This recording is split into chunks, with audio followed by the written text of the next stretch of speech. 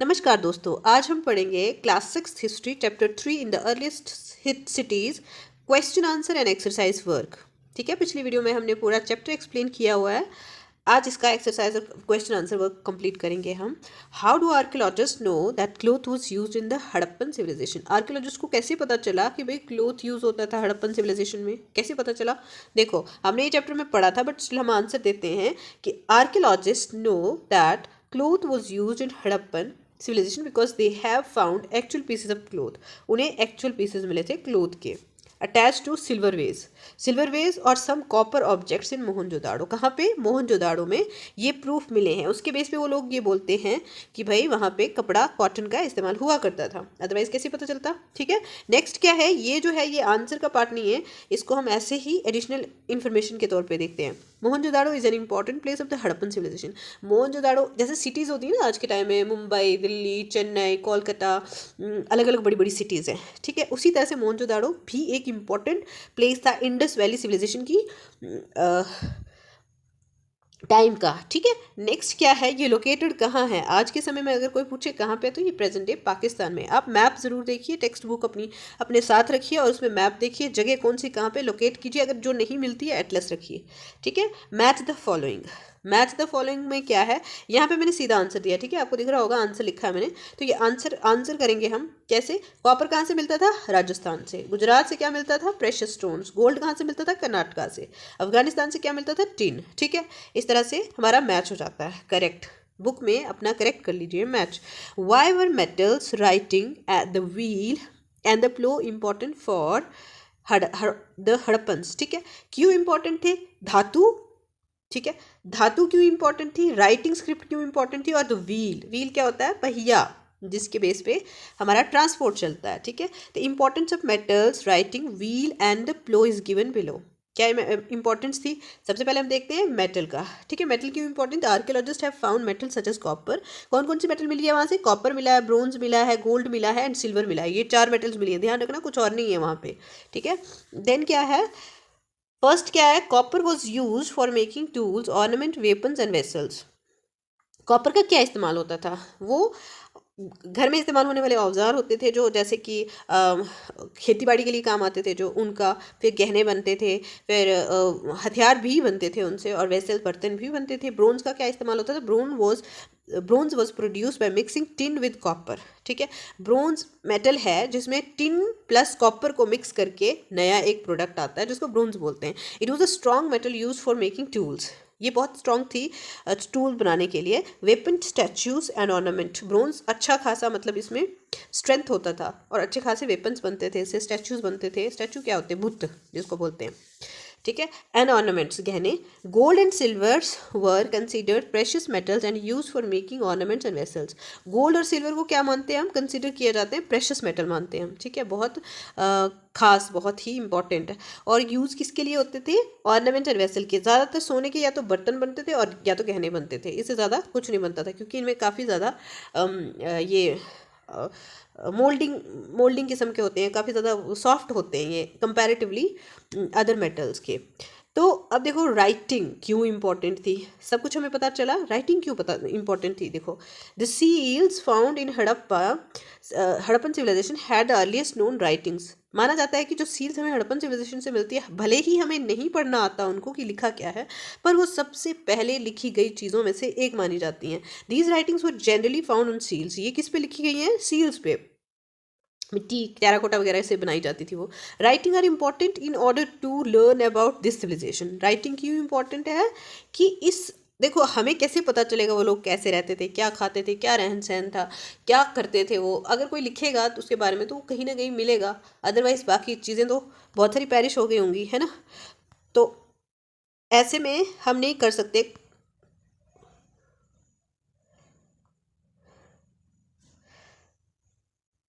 Next क्या है? हम्म, हाँ, राइटिंग्स का पता चल गया हमें, बहुत इंपॉर्टेंट है किसी चीज़ को समझने के लिए। तो नेक्स्ट क्या है हमारे पास? व्हील्स। पहिए की क्या ज़रूरत थी? पहिया क्यों इंपॉर्टेंट था? People of Harappan civilization travelled great distance to fetch raw materials and precious metals, ठीक है, carts with wheels help them in transporting goods and materials to their locations. क्यों इम्पॉर्टेंट थी भाई? ये हेल्प करते थे एक जगह से दूसरी जगह सामान ले जाने में, ट्रांसपोर्टेशन में सबसे ज़्यादा हेल्पफुल व्हील ही था, इसीलिए ये बहुत इंपॉर्टेंट माना जाता है। नेक्स्ट क्या है? प्लो। प्लो क्या होता है? हल, जिससे खेती बाड़ी की जाती है, जुताई की जाती है। तो वो क्यों इंपॉर्टेंट है? Plough is a device which is use to turn soil in the field for planting. इसको खुदाई के लिए इस्तेमाल किया जाता है, पेड़ पौधे पौधे लगाने से पहले, बीज डालने से पहले। Plough helped the farmers to prepare their fields easily. किसानों को इससे मदद मिलती थी कि उनके खेत अच्छे से बन जाते थे फसलें उगाने के लिए। Hence plough helped in agriculture. Plough ने हेल्प किया किसमें? एग्रीकल्चर में भी मदद किया। ना फोर्थ क्वेश्चन देखते हैं हम। यहाँ पे बोल रहा है make a list of all the terracotta toys shown in the lesson. जो आपने लेसन में टेराकोटा टॉयज पढ़े ना, उनकी लिस्ट बनानी है, ये कह रहे हैं ये। Children would have enjoyed playing with the most. Which do you think? क्या कौन से आपको लगता है कि सबसे ज़्यादा अच्छे लगते होंगे बच्चों को? देखते हैं। तो the list of the terracotta toys shown in the lesson is given below. देखो ये है फिगर्स ऑफ एनिमल, वो हमने देखी थी। बफेलो कार्ड्स, वो भी देखे थे हमने। अब नोट इंपॉर्टेंट चीज़ है यहाँ पे, टेराकोटा मीन्स बेक्ड क्ले, जिसको भट्टी में पकाया जाए वैसी मिट्टी होती है, उसको टेराकोटा बोलते हैं। Terracotta was use to make toys. किस लिए इस्तेमाल की जाती थी? टॉयज इस्तेमाल करने बनाने के लिए इस्तेमाल की जाती थी, या फिर क्या करने के लिए और इस्तेमाल की जाती थी, या फिर वो सील्स बनती थी उससे, ठीक है। Make a list of what the Harappan ate and put a tick mark against the things you eat today. देखो यहाँ पे कुछ कुछ लोग अग्री करते हैं कुछ चीज़ों को, कुछ लोग नहीं अग्री करते हैं। अब जो जो कॉमन है, मानो वीट, वीट सब खाते हैं अभी भी, यस। बार्ले खाते हैं, यस। बार्ले क्या होता है? बाजरा, एक मतलब जंगली ही सीड है ये, पर ये खाई जाती है, स्टिल खाई जाती है। पल्सेस क्या होती हैं? दालें, और ये भी खाई जाती हैं। पीस क्या होता है? मटर, ये भी खाया जाता है। खाया जाता है कि नहीं खाया जाता है ना? खाया जाता है ये सब। तो नेक्स्ट क्या है हमारे पास? राइस। खाते हैं हम? हाँ खाते हैं। ससमे कौन खाता है? खाते हैं नहीं खाते हैं? ससमे वो तिल, तिल का तेल खाते हैं नहीं खाते हैं? खाते हैं। लाइन सीड खाते हैं, अलसी बोलते हैं जिसको, ये भी खाया जाता है। मस्टर्ड खाया जाता है, यस। ये सब खाया जाते हैं। इनमें से कुछ के आंसर आपको नो में भी देते हैं, जैसे सेसमे के कहते हैं नो में, या फिर बार्ले को नो करके कहते हैं, पर नहीं, ये सब खाए जाते हैं, कम लेवल पे खाए जाते हैं, बट खाए जाते हैं। Do you think that the life of farmers and herders who supplied food to the Harappan cities was different from that of the farmers and herders you read about in chapter? क्या आपको लगता है कि जो farmers and herders की जो supply करते थे खाना हड़प्पन सिटीज़ में, उनकी लाइफ डिफरेंट होगी कंपैरेटिवली जो दूसरे लोग थे, है ना, जिनके बारे में हमने चैप्टर में पढ़ा है? उसके लिए रीज़न देना है अपने आंसर में। क्या रीज़न देंगे हम? The life of a farmer and herder in Harappan culture was different that those of the mention in a chapter. The reasons are as follows, ठीक है। क्या कारण है इसके? Farmers of Harappan culture cultivated lands near the banks of rivers. वो क्या करते थे? नदियों के किनारों में अपनी लैंड को कल्टीवेट करते थे। क्यों? वहाँ पानी मिल जाता था उनको आराम से, ठीक है। नेक्स्ट क्या है हमारे पास? Harappan farmers had developed better method of cultivation, cultivating crops, ठीक है।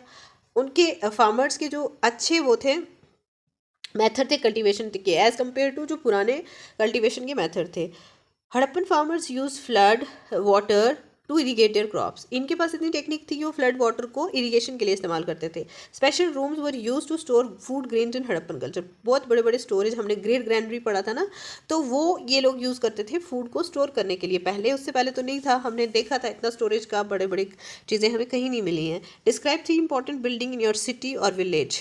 देखो अपने सिटी या विलेज में आपको 3 इंपॉर्टेंट बिल्डिंग बतानी है, उनके बारे में बताना है। Are they located in the special part of the settlement? क्या, फॉर एग्जाम्पल द सेंटर, जहाँ पे सेंटर होता है किसी भी चीज़ के सराउंडिंग कोई चीज़ स्टार्ट होती है, बनती है, यानी कि स्पेशल जगहों पे हैं क्या वो buildings? What are the activities that take place in this building? देखो पुरानी बिल्डिंग जो बहुत इंपॉर्टेंट बिल्डिंग है आपके गांव या शहर में जहाँ भी आप रहते हैं, आपको उन्हीं बिल्डिंग्स के बारे में लिखना है, ना कि जो इसमें मेंशन है आंसर में, क्योंकि ये कॉमन एक फॉर्मेट मान सकते हैं आप इस आंसर को, कि कोई भी इंसान इस तरह से लिखेगा। कि कोई अगर दिल्ली में रहता है, एक बंदा अगर दिल्ली में रहेगा तो वो क्या लिखेगा? I live in Delhi. The 3 important building in my city are the parliament. कौन कौन सी है? पार्लियामेंट है, सुप्रीम कोर्ट है, एंड द राष्ट्रपति भवन। अब देखो अगर वो दिल्ली में रहते हैं तो उनके वहाँ ये 3 बिल्डिंग बहुत इंपॉर्टेंट। और एक्टिविटीज़ क्या होती होंगी यहाँ पे? The settlements are located in the central part of New Delhi. और ये तीनों ही settlement central part of New Delhi में है। न्यू दिल्ली में क्यों है ये बिल्डिंग्स? क्योंकि ये हमारा कैपिटल है इंडिया का, है।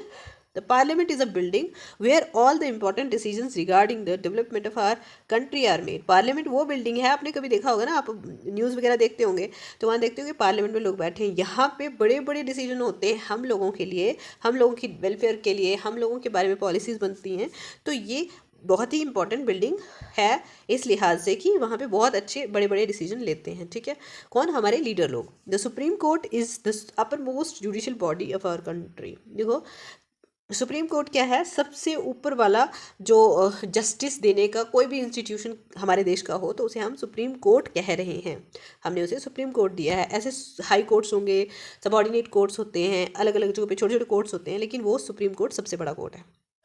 Rashtrapati Bhavan is the residence of the president of our country. Rashtrapati Bhavan क्या है? जहाँ पे हमारे देश के प्रेसिडेंट बैठते हैं उसे हम राष्ट्रपति भवन कहते हैं। तो राष्ट्रपति भवन में जो आजकल हमारे प्रेसिडेंट हैं उनका नाम कमेंट बॉक्स में ज़रूर लिखना, ताकि पता चले कि क्या आप न्यूज़ सुनते हैं। चलिए आगे चलते हैं। Are there any old building in your locality? क्या आपके आसपास जहाँ पे भी आप रह रहे हो, जहाँ आप रहते हो, वहाँ कोई आसपास कोई ओल्ड बिल्डिंग है, पुरानी बिल्डिंग है? Find out how old they are and who looks after them. आपको पता करना है कि कितनी पुरानी है वो और कौन उनकी देखभाल करता है। हमने चैप्टर में बोला था ना कि वो बच्चे खेल रहे थे, उन्होंने पुरानी बिल्डिंग के बारे में सुना लोगों से, तो कौन करेगा उनकी देखभाल? ये करके। Red fort is located near my locality. जो ये बच्चा है ये कह रहा है कि भाई मेरे घर के पास रेड फोर्ट है। It was the resident of many Mughal emperors. अगर आप आगे नेक्स्ट क्लासेस में पढ़ोगे तो वहाँ हिस्ट्री में आपको मुगल्स के बारे में पता चलेगा। तो ये उनकी एक रेजिडेंस हुआ करता था, रहने। रेजिडेंस क्या होता है? रहने की जगह, ठीक है। It is approximately 369 years old. कितना पुराना है ये? 369 साल पुराना है ये, ठीक है। Its construction started in 1639। कौन से साल में हुई थी? 1639 में शुरू हुआ था। अभी हम कहाँ रह रहे हैं? 2023 में। And it took almost 9 years to complete. इसको कितना समय लगा था? 9 साल लगे थे कंप्लीट होने में। कितना टाइम लगा और कितना स्ट्रॉन्ग बिल्डिंग बना था ये। The archaeological survey of India which is a department of government of India looks after red fort. अब देखो, अगर आपको जानने की इच्छा है ना, आप देखो कि आर्कियोलॉजिकल सर्वे ऑफ इंडिया ये कौन सा डिपार्टमेंट हुआ और किस डिपार्टमेंट के, गवर्नमेंट के कौन से ऑर्गेनाइजेशन को देखभाल करती है, ठीक है। ये क्या है इसके बारे में आप कमेंट बॉक्स में ज़रूर लिखना। अपने नॉलेज को डे बाय डे इन्हेंस करेंगे तभी हम अच्छे स्टूडेंट्स कहलाएंगे। तो थैंक यू, मिलते हैं अगली वीडियो में अगले चैप्टर के साथ।